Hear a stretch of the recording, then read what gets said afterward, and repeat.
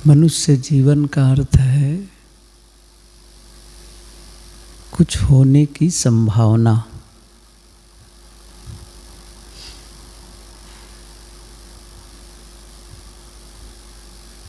जैसे बीज में होने की संभावना है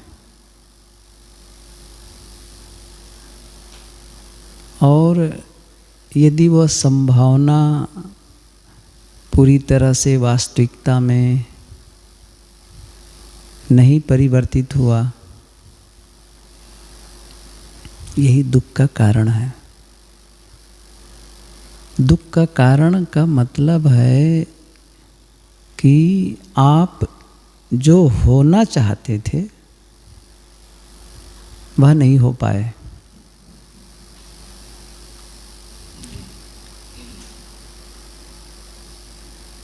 और जो आप होना चाहते हैं वह आप हो गए।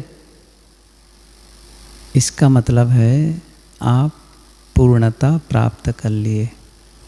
फिर उसके पश्चात कुछ होने की आकांक्षा नहीं रह गई।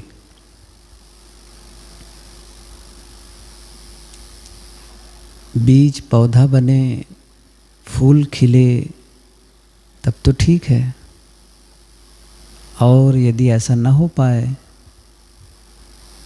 तो फिर वो अपूर्णता है और वही दुख है। बीज और वृक्ष में तो दुख सुख महसूस करने की कोई बात नहीं है, वो तो उदाहरण मात्र है। लेकिन मनुष्य में है। मनुष्य जो होना चाहता है वह हो जाए या हो जाता है, तब उसे पूर्णता महसूस होती है और यही शांति है, यही सार्थकता है। और इसका न होना यही दुख है। अर्थात जो हम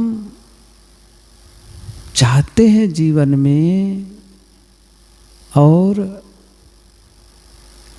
यदि वह होने लगता है तो समझ लो यही सत्य का रास्ता है।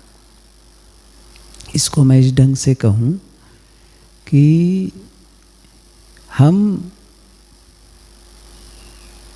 कुछ करते हैं, कुछ भी, और उसके परिणाम में आनंद का अनुभव होता है। मतलब यह हुआ कि हम सही कर रहे हैं। और आनंद का अनुभव नहीं होता है, इसका मतलब है हम सही नहीं कर रहे हैं। यही तो कसौटी है।